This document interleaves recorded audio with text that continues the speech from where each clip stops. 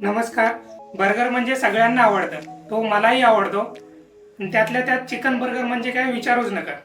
आपण सगळे महिन्यातून 3 ते 4 वेळा बर्गर बाहेर खातो आणि बराचसा बर्गरवरती खर्च पण करतो. तेच बर्गर जर आपण घरी बनवलं तर कमीत कमी पैशामध्ये बनवून रेडी होतं आणि एकदम सोपं पण आहे घरी बनवायचं म्हटलं तर.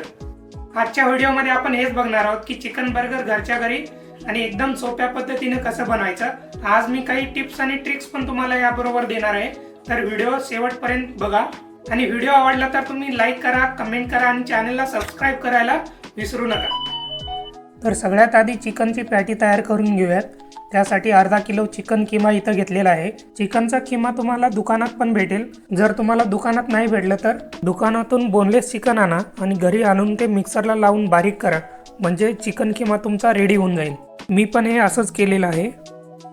आता यामध्ये अर्धा चमचा जिरा, थोडंसं हळद, अर्धा चमचा लाल तिखट, 1 चमचा आलं लसूण पेस्ट, 1 चमचा बारीक चिरलेली हिरवी मिरची,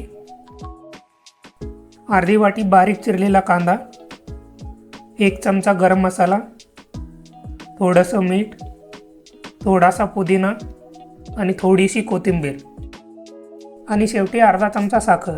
साखरेमुळे तिखटाचं प्रमाण थोडंसं ॲडजस्ट होऊन जाईल आणि जेव्हा आपण पॅटी तळतो किंवा ग्रिल करतो तेव्हा चांगला कलर पण येतो पॅटीला. हे सगळं टाकून झाल्यानंतर चांगल्या प्रकारे मिक्स करून घ्यायचं आहे आणि एकजीव करून घ्यायचं आहे. हे बघा, चांगल्या प्रकारे मी मिक्स करून घेतलेलं आहे. आपण बाहेर जे बर्गर खातो त्या बर्गरच्या पॅटीजमध्ये बरेचसं काही मिक्स केलेलं असतं. काही जण बटाटे मिक्स करतात, काही जण ब्रेड क्रम्स वगैरे मिक्स करतात.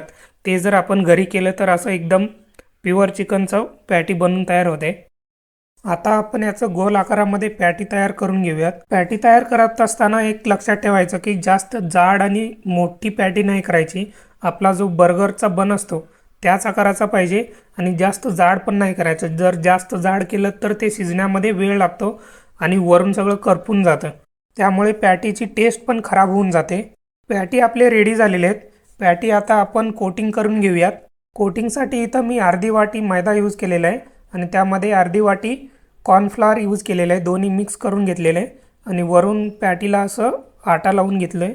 जर तुमच्याकडं ब्रेड क्रम अवेलेबल असतील तर ब्रेड क्रम पण यूज करू शकता, त्यामुळे पॅटी एकदम कुरकुरीत आणि चांगले बनतात. आता पॅटीला ग्रिल करून घेऊया. त्यासाठी ग्रिलिंग पॅनला थोडंसं ऑइल लावून घेऊयात. पॅटी तुम्ही तळून पण घेऊ शकता, पण तळल्यानंतर जास्त तेलकट होतात म्हणून मी ग्रिल करतोय. एका साईडनं पॅटी शिजण्यासाठी 7 ते 8 मिनिट लागतात. त्यानंतर पॅटी पलटून घ्या. आता ऑलमोस्ट 12 ते 15 मिनिट झालेले आहेत. पॅटी चांगल्या प्रकारे शिजलेले आहे खालून आणि वरून. कलर बघा कसं चांगल्या प्रकारे आलेला आहे त्याला. दाबून जर बघितलं तर शिजलेलं आहे असं मला वाटतंय. आता हे पॅटी काढून घेऊयात आणि बर्गर असेंबल करून घेऊयात. सगळ्यात आधी बन जो असतो अशा प्रकारे कट करून घेऊयात मधून त्याला, आणि खालच्या साईडचा जो बन असतो खाली ठेवून त्याला आपण वरून मायोनीज लावून घेऊयात. हे मायोनीज आम्ही घरी तयार केलेलं आहे. याची रेसिपी पण तुम्हाला मी डिस्क्रिप्शनमध्ये लिंक टाकून देतो, तिथं जाऊन तुम्ही चेक करू शकता. मायोनीज बनवणं पण खूप सोपं आहे. तुम्हाला जेवढं पाहिजे आहे तेवढं मायोनीज तुम्ही लावून घ्या असं चमच्याने. त्यानंतर वरून कोबीचं पान असं लावू शकता, नाहीतर मग बारीक कापलेला कोबी पण लावू शकता. त्यानंतर पॅटी, त्यानंतर चीजची स्लाईस, त्यानंतर टोमॅटो नंतर काकडी, काकडीनंतर कांदा. या गोष्टी तुम्ही किती पण टाकून घेऊ शकता. घरी बनवत असल्यामुळे आपल्याला कोण विचारणार नाही आणि काय नाही. हे जर रेस्टॉरंटमध्ये जर तुम्ही खाताय तर त्यामध्ये खूप लिमिटेशन्स येतात. थोडं थोडं टाकून दिलेलं असतं आणि भरपूर सारे चार्जेस त्यावरती लावलेले असतात. यामध्ये शेजवान चटणी वापरू शकता, टोमॅटो सॉस वापरू शकता, तुम्हाला ज्या चटण्या पाहिजेत त्या वापरू शकता. तर मित्रांनो, अशा प्रकारे एकदम सोप्या पद्धतीने चिकन बर्गर बनवून रेडी झालेला आहे आपला.